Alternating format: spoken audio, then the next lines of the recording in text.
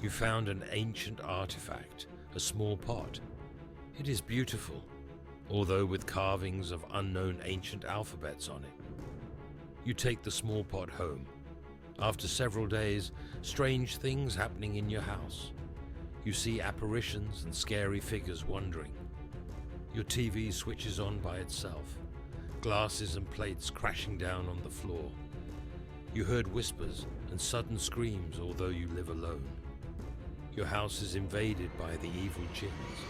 What will you do next?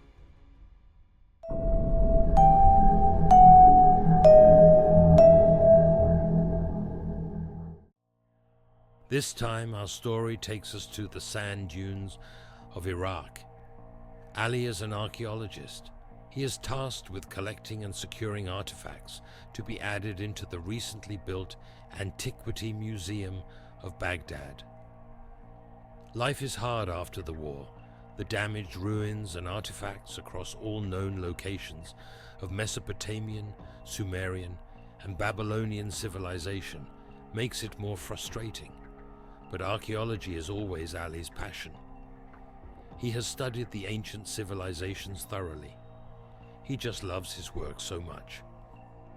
In his last days at the ancient Tel Abu Sharain archaeological site, before the project was finally concluded, Ali and his team discovered a pot, a small pot in a perfect condition, with carving of ancient Sumerian alphabets on it. The lid was already broken and opened. Feeling nothing wrong with taking it home for further studies, Ali then put it in his wooden chest. His house is just opposite of the Antiquity Museum, and he had already made it as a temporary workstation for himself and his group.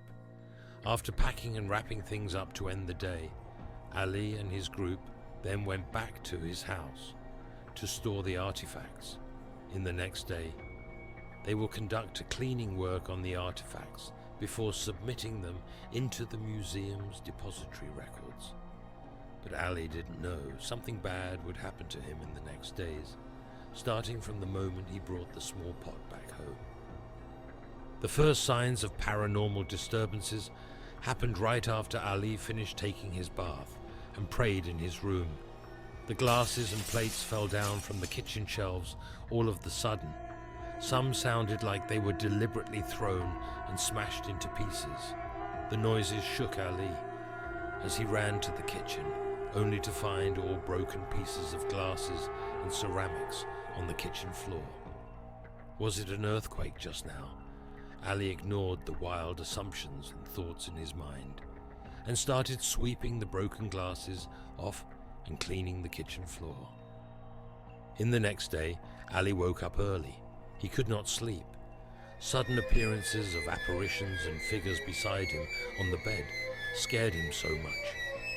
He ended up closing his eyes tight, pretending to sleep all of the night. The figures only disappeared from the bedroom once the morning call of prayer was heard. Ali then got up and took bath. He then performed his morning prayers. As he walked to his living room, his television suddenly switched on by itself. Strange voice saying, "You are not my master," airing on the television. As if someone wanted to tell Ali something he could not understand himself. Sweating profusely and shivering in fear, Ali grabbed his phone and called his group. He then sprinted out of his house and made his way to the nearest mosque. An old scholar in the mosque was asked for help in dealing with the paranormal phenomenon.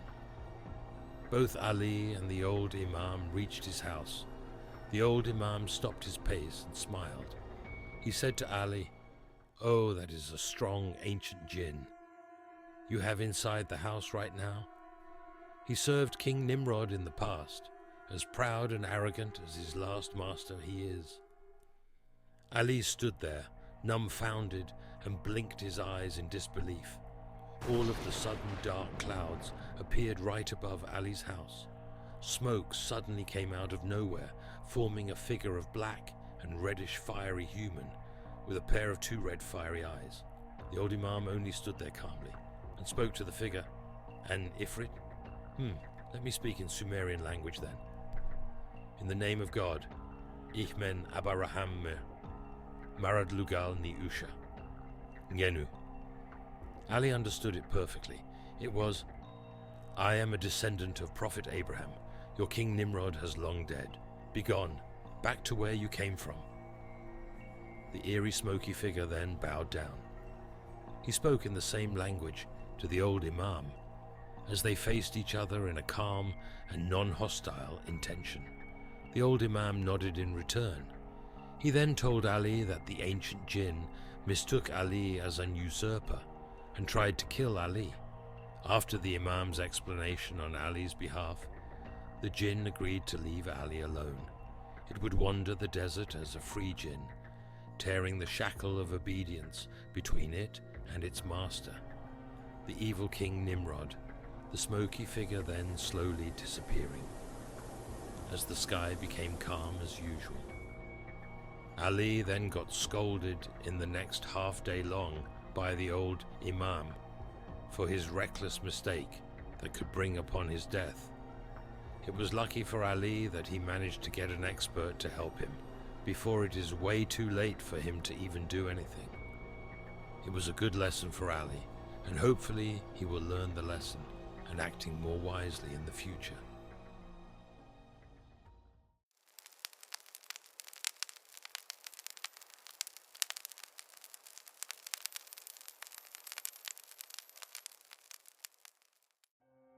Jinns are not a bunch of unseen beings that one can mess around with.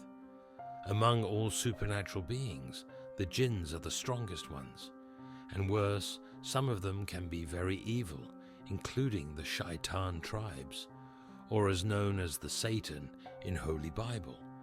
But of course, they are weak against the formations of spiritual protection, as taught by both Holy Bible and Holy Quran. For all of you fans out there, do thread carefully. The jinns do live among us. Some may be watching you from afar right now. You don't believe me?